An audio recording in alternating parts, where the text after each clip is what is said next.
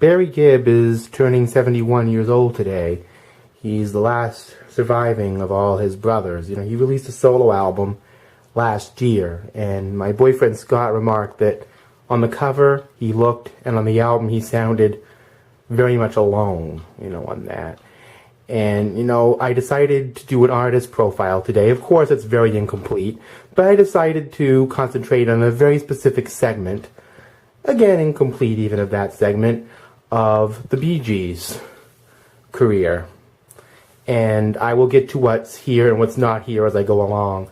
Obviously, I don't have the first two Bee Gees albums released in Australia. They're kind of rare. Nor do I have Bee Gees First with New York Mining Disaster and To Love Somebody on it. And of course, Scott and myself already did a Bee Gees video of his own.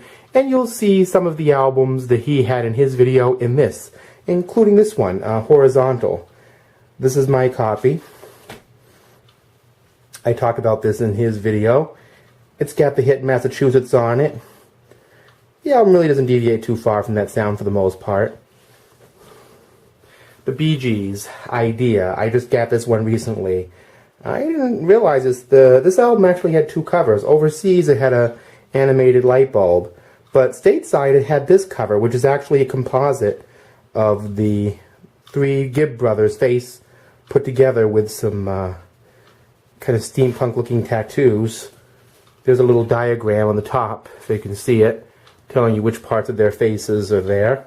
It's that 5-member band again. This album had I Started a Joke on it, and I've Got to Get a Message to You, the big hits. There's also a song called Kitty Can on here.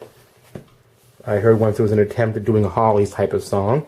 This and Horizontal were from 1968. You've seen this in my video that I did earlier this summer. This is the Bee Gees' 1969 ODESZA album.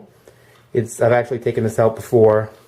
You've all seen the inside. This is the original version with the felt. And my friend Scott Gallant over at Scotty's Record Shop, hi Scott, shout out to you, was talking about how over on the RSO label they whittled this down to a single album without the felt cover, but I guess this is the easiest to find on vinyl of that edition.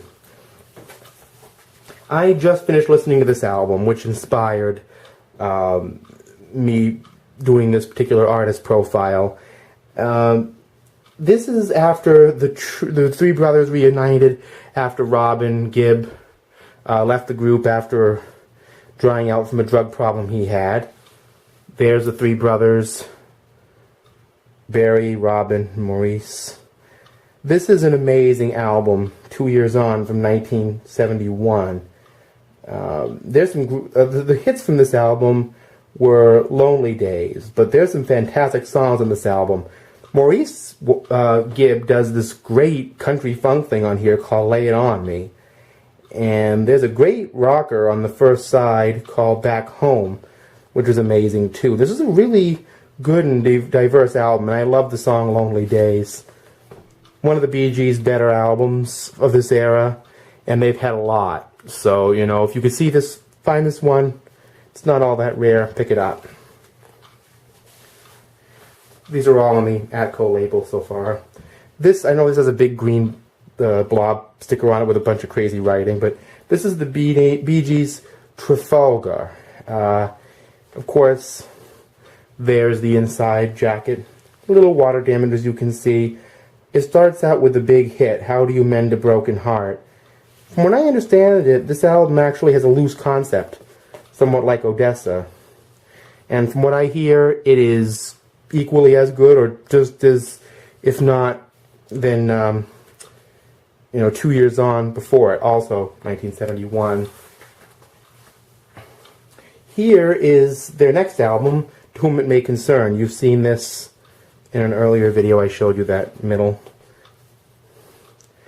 And their first proper RSO album, Life in a Tin Can. That's a raised cover here. I can't really take that out, but there's a picture of them inside it. There's a rusty can. I believe this is also a gatefold album. And the Bee Gees Gold. This was also in Scott's collection. This is actually a RSO era recap. You see it says Volume 1 of the albums that you actually just saw. But there's some songs on here I don't have, because like I said, I'm mixing Bee Gees first. So that's where that comes in. But that's what I have for Bee Gees on vinyl. I wanted to wish Barry Gibb a very happy 71st birthday. And if you're listening to the Bee Gees today, you know, explore the albums. They had some great hits, but they really crafted some very wonderful album tracks that you should all listen to. I want to give a shout out to my boyfriend Scott, of course. I wanted to give a shout out to Scott Gallant over at Scotty's Record Shop. You know, his artist profile on the Bee Gees, which is a lot more extensive than, you know, either Scott nor I. Actually, if you think you put the one Scott and I did and this one together, you'd get that. And my newest friend, Noah Natress, Kenneth Emerton, wanted to give a shout out to them. Now, originally, I would have included the Bee Gees' 1987 album ESP. I bought it on vinyl a few weeks ago, but when I actually got it home, it was from the Record Connection, a record store about an hour away from where I live. The record had a huge warp.